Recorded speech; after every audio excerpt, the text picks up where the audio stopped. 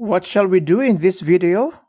Well, we shall do something that we often did towards the end of our topics in the other conic sections. We are transforming, or we shall transform, the general equation of a hyperbola to standard equation. If we are given this general equation, ax squared plus cy squared plus dx plus ey plus f is equal to 0, where ac is less than 0, our goal is to write this equation in this form. Okay? So you might be asking, why is ac less than 0? Well, because if you were to look at the standard equation, the operation between the terms is subtraction. Subtraction, which is why a times c is less than 0. Okay, so pay attention to our general equation and the standard equation. Look at that. The coefficients of x and y, they are 1. So we must do something so that this a becomes 1, or the coefficient of x squared becomes 1, and so with y squared. We have done this. We have done many of this. We have done this in many other conic sections.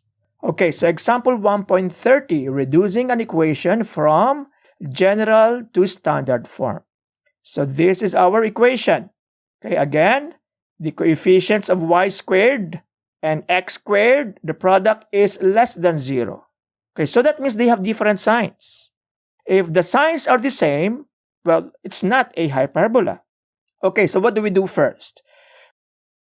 We collect the terms involving y. This is how we do it. And we transpose the constant term. Okay, so look at this. This is 9y squared. This is 18y. So in order to turn the coefficient of y squared to 1, we must factor out 9. Factor out 9 from these two terms. The same with this one. We shall factor out negative 4 from x squared and negative 4 from positive 24x. Okay, so what happens next? Okay, look at this. So this one is easy, okay? But many students gets lost here because from negative 4x squared plus 24x, this one becomes x squared minus 6x. So if you were to factor out negative 4 from positive 24, what will be left here is negative 6. If you want to check your factoring, all you have to do is multiply negative 4 back to your two terms. So negative 4 times x squared is negative 4x squared. Negative 4 times negative 6x is positive 24x. Why are we doing this? Because this is how we complete the squares and produce an equation that is in standard form. Okay, next, we will pay attention to the linear term. Okay, that is the linear term. That is the linear term, in particular to the coefficient of your linear term. We will divide it by 2, and then we will add it to the two terms. 2 divided by 2 is 1. 1 squared is 1. So the coefficient here is negative 6. We shall divide it by 2. We shall square it, and then we shall add it. Now look at what happens here. Why did we add 9 minus 36, or positive 9 and subtracted 36, coming from 63? Okay, so look at this. You cannot just change something here and leave this unchanged. If you did something here, you must do something on the other side because it says there it's equal to. Okay, so in effect, what you did here is you did not just add 1. Okay, you added 1 to this y squared plus 2y. But in the entire equation, or to this side of your equation, you actually added 1 times 9.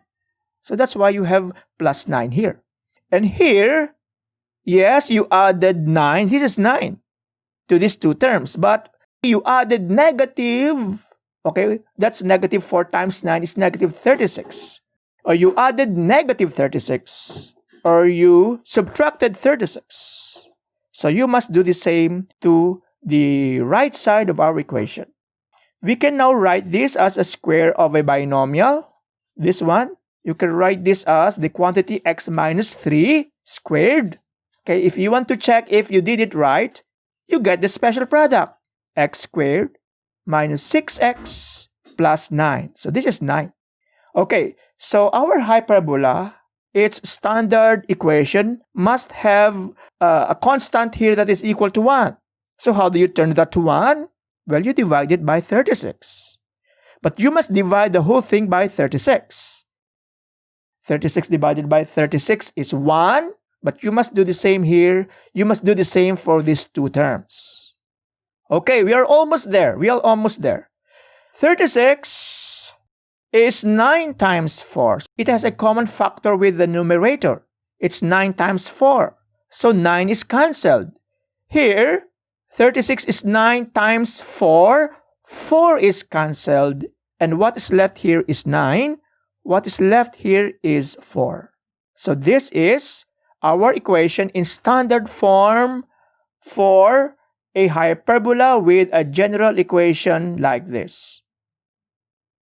Okay, so I will show you now to you a summary of a hyperbola with center HK. Its general equation is written in this way. The product of the coefficients of x squared and y squared must be negative. These are the standard equations.